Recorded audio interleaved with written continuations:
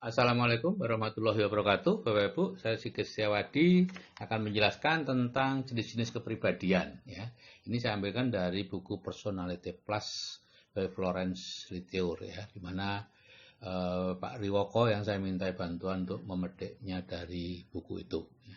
Jadi di sini kita perlu memahami orang lain dengan cara memahami diri Anda sendiri. Jadi kita belajar tentang diri sendiri, ya. Untuk itu kita perlu tahu dari apa kita dibuat, tahu siapa diri kita yang sesungguhnya, supaya kita tahu mengapa kita bereaksi seperti yang kita lakukan saat ini, ya. Ada yang marah, ada yang tidak terhadap sesuatu. Dan tahu kekuatan kita dan bagaimana cara meningkatkannya. Dan tahu kelemahan kita dan bagaimana cara mengatasinya. Ya, itu kita perlu belajar tentang diri kita sendiri.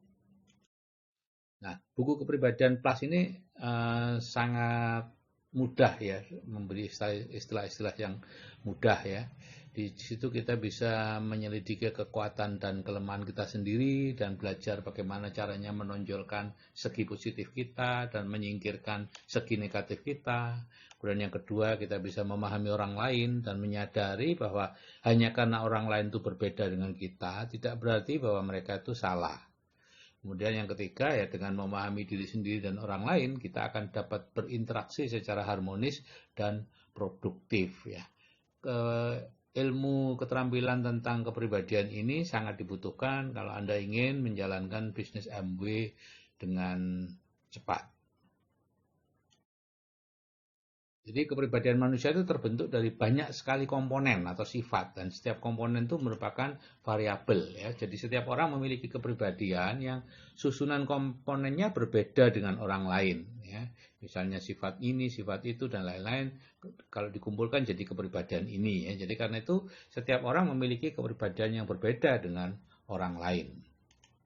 Namun untuk memudahkan kepribadian itu dapat dikelompokkan menjadi 4 jenis, yaitu sanguinis yang populer, itu komponennya apa saja. Kemudian melankolis yang sempurna, koleris yang kuat, flegmatis yang damai. 4 itulah yang perlu kita ingat.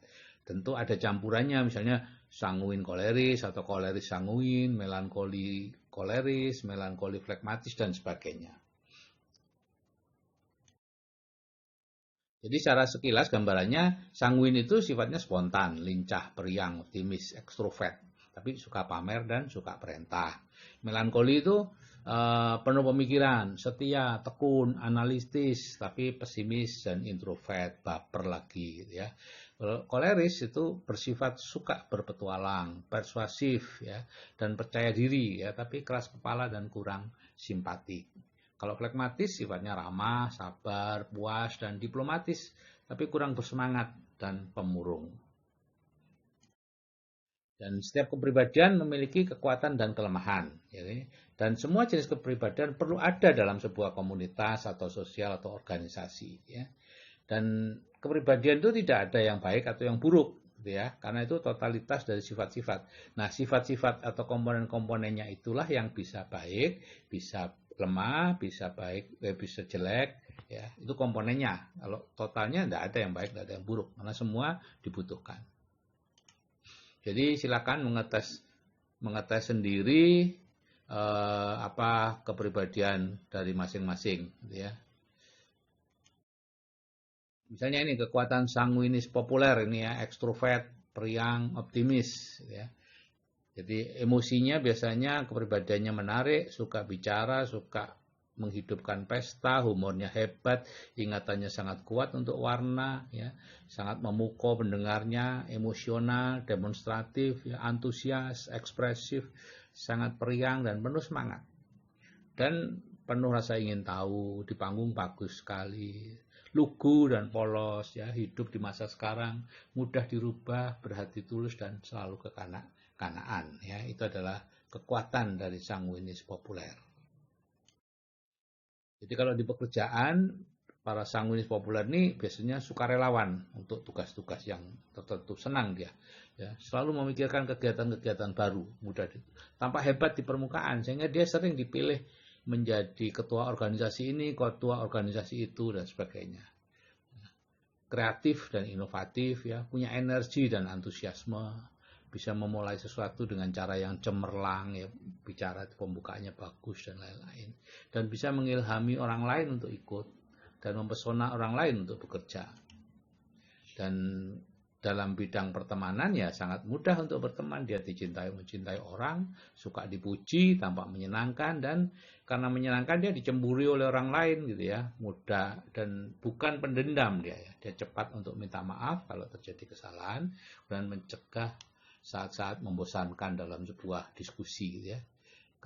Dan orang sanguin sangat suka dengan kegiatan spontan gitu ya, sehingga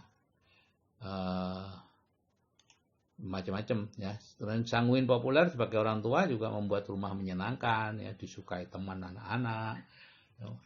Dia sanggup mengubah sebuah bencana itu menjadi humor, misalnya apa jatuh dan lain-lain dijadikan humor. Dan merupakan pemimpin di sirkus, seperti memimpin di sirkus sangat harmonis. Kelemahannya tentu ada ya. Jadi ide-idenya cemerlang, tapi biasanya tidak ada kelanjutannya. Ya, jadi dianjurkan untuk melaksanakan pekerjaannya sampai tuntas. Dan mereka biasanya orang merasa tidak bersalah, sebagai orang yang tanpa kesalahan. Ya. Jadi sering-seringnya berintrospeksi, ya.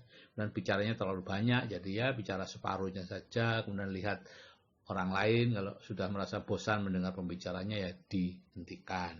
Kemudian komentar-komentarnya diringkas, dan berhenti membesar-besarkan persoalan. Ya. Dan orang sanguin biasanya mementingkan diri sendiri, ya selfish ya. Dan perasalah terhadap kepentingan orang lain, belajarlah mendengarkan orang lain untuk berbicara. Dan orang sanguin memiliki ingatan yang belum dikembangkan, khususnya nama orang dan nama-nama. Jadi perlu menuliskan segala-galanya supaya ingat. Dan jangan melupakan anak-anaknya. Kenapa? Orang sanguin suka lupa nama anak-anaknya gitu ya. Nah, sebagai teman ya tidak tetap pikirannya dan pelupa ya, sehingga sering membuat teman tersinggung karena lupa namanya. Jadi bacalah buku tentang faktor persahabatan, mendahulukan kepentingan orang lain ya. Orang sanguin suka menyela dan menjawab untuk orang lain ya, sehingga kita harus selalu berpikir bahwa Anda tidak harus mengisi semua kekosongan. Biarlah kadang-kadang kosong, tidak ada yang bicara, ya diam aja, Anda tidak apa-apa. Dunia tidak akan kiamat. Dan dia tidak tertib dan tidak dewasa. Jadi ya satukan kehidupannya, gagasan, kepribadian, kreativitas, dan tekad untuk mewujudkannya disatukan pada waktu yang sama.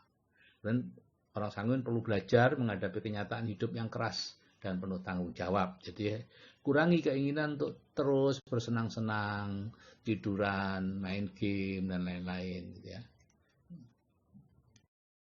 Nah, ini kekuatan kepribadian melankoli yang sempurna sekarang ya. Kekuatannya apa? Introvert, serius, idealis, pesimis, itu orang melankoli sempurna. Dalam emosinya dia mendalam, penuh pemikiran, ya, analitis ya, serius, tekun, jenius, punya bakat, kreatif, artistik atau musikal, filosofis, puitis, menghargai keindahan, perasa terhadap orang lain, suka berkorban, penuh kesadaran dan idealis ya, itu secara emosi. Ya. Sebagai orang tua dia menerapkan standar yang tinggi di rumah, ya, ingin segalanya dilakukan dengan benar, menjaga rumah selalu rapi, merapikan barang anak-anak, mengorbankan keinginan sendiri untuk yang lain, dan mendorong intelijensi dan bakat. Nah, untuk ibu-ibu yang punya kepribadian melankoli sempurna, hati-hati, Anda mudah sekali menjadi budaknya anak-anak. Karena setiap kali Anda menyuruh anak-anak merapikan sesuatu, serapi apapun anak Anda melakukan, bagi Anda masih kurang rapi. Sehingga Anda cenderung untuk kemudian merapikan lagi. Itu akan dipelajari oleh anak-anak Anda, sehingga ketika anak Anda suruh, ya sudah, dia hanya merapikan sekedarnya kemudian pergi. Karena toh nanti akan dirapikan lagi oleh ibu. Untuk apa saya susah payah? Dan itulah yang terjadi. Jadi untuk menghindari itu ya sudah, Anda tidak usah masuk kamar anak Anda terlalu sering, tutup aja pintunya gitu ya. Supaya Anda tidak melihat, biarlah anak Anda sendiri yang melihat. Nah, di pekerjaan orang melankoli sempurna biasanya orientasi pada jadwal, perfect ya, sadar pada perincian-perincian, sangat gigih, tertib, terorganisir ya, teratur, rapi ya, selalu berpikir ekonomis, melihat masalah, mendapat pemecahan yang kreatif, ya, selalu ingin perlu penyelesaian apa yang sudah dimulai, ya, dia akan menyelesaikan, ya, suka diagram, grafik, bagan, daftar, dan lain-lain. Sebagai teman, dia sangat hati-hati dalam berteman, biasanya tidak ingin menonjol, pasti latar belakang, menghindari perhatian, setia, dan berbakti kepada teman-temannya, mau mendengarkan keluhan, ya, bisa memecahkan masalah orang lain, sangat memperhatikan orang lain, jadi cenderung melakukan pekerjaan orang lain, gitu ya. Terharu oleh air mata penuh belas kasihan dan selalu mencari teman hidup yang ideal. Cuman ada kekurangannya tentu, yaitu gampang baper. Jadi orang yang melankoli ya nggak usah terlalu baper, ya. Sering pesimistis, punya citra diri yang rendah sehingga mudah merasa tersinggung karena direndahkan dan merasa direndahkan pada Anda. Ya, melihat sesuatu dari sisi positif negatif, ya, dia mudah merasa tertekan, tidak mudah untuk disenangkan, ya, pendendam, ya, tidak mau disebut salah dan menunda pekerjaan sampai waktu dirasa sempurna sehingga akhirnya nggak mulai-mulai. Tapi begitu dia mulai, maka dia akan menyelesaikan. Jadi untuk orang sanguin ini pasangan yang tepat. Orang sanguin yang memulai, orang melankoli yang menyelesaikan. Sekarang koleris yang kuat, ya. Kekuatannya apa? Ya, koleris itu orangnya ekstrovert, dia pelaku, ya. Dia ingin melakukan segalanya dan sangat optimis. Jadi secara emosi itu punya bakat memimpin, ya, sangat dinamis, aktif, memerlukan perubahan, selalu ingin berubah, harus memperbaiki kesalahan, kesalahan siapapun dianggap salah, dia perbaiki, berkemauan kuat dan tegas, ya, tidak emosional bertindak, tidak mudah patah semangat, bebas dan mandiri, memancarkan keyakinan dan bisa menjalankan apa saja. Orang koleris sangat bakat untuk menjadi seorang pemimpin, ya. Sebagai orang tua tentu memberi kepemimpinan yang kuat, bisa menetapkan tujuan, memotivasi keluarga untuk kelompok, ya, tahu jawaban-jawaban yang benar dari semua pertanyaan anaknya, dan mengorganisir rumah tangga. Ya, itu kekuatannya. Nah, di pekerjaan tentu berorientasi target, ya, karena itu jadi pemimpin biasanya, melihat seluruh gambarannya, bisa terorganisasi dengan baik, ya, mencari pemecahan yang praktis, bergerak cepat untuk bertindak, mendelegasikan pekerjaan, menekankan pada hasil, membuat target, merangsang kegiatan, berkembang karena saingan. Jadi cocok untuk memimpin sebuah organisasi atau perusahaan. Kalau sebagai teman nggak nyaman, ya, tidak terlalu perlu teman, gitu ya. Mau bekerja untuk kegiatan tapi tidak mau berteman, mau memimpin dan mengorganisir sehingga temannya sering merasa kalah, ya. Biasanya selalu benar, unggul dalam keadaan darurat.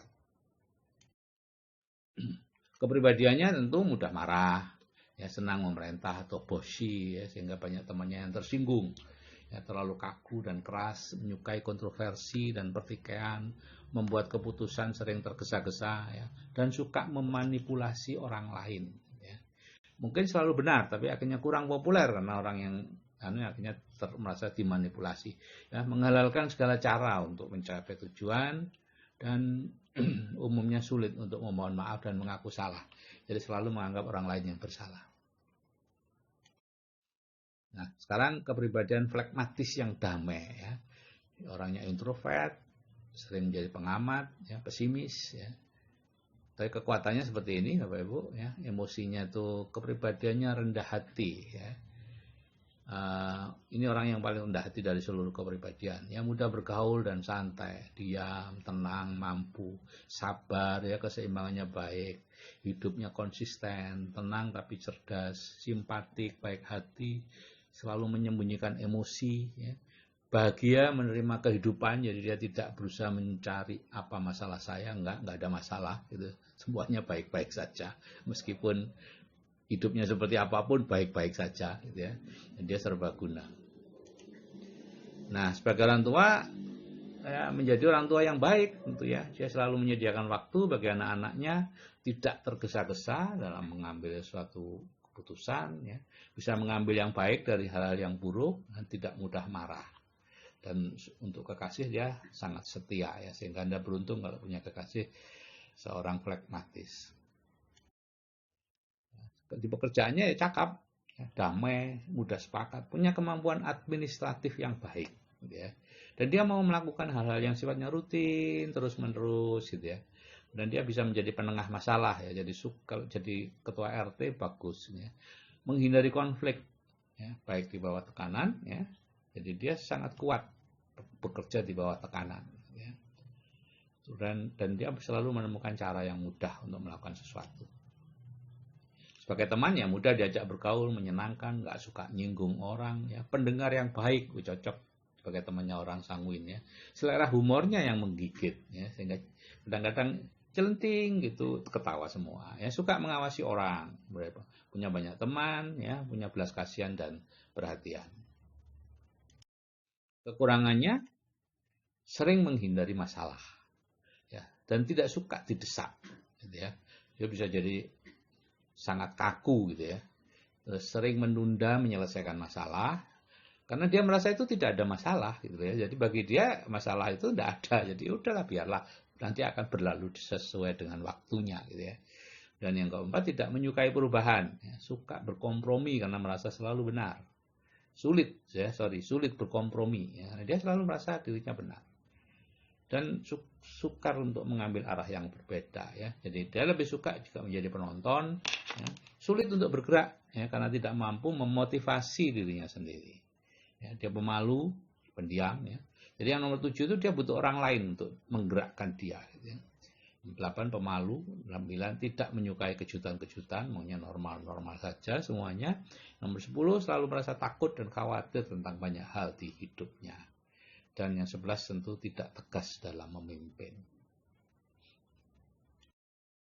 Jadi Bapak Ibu, sebagai individu, Bapak Ibu perlu berusaha untuk dapat menjadi orang yang berpikir sebagai melankoli sempurna, bertindak sebagai seorang sanguinis yang populer, bekerja sebagai koleris yang kuat, dan hidup sebagai seorang flegmatis yang damai.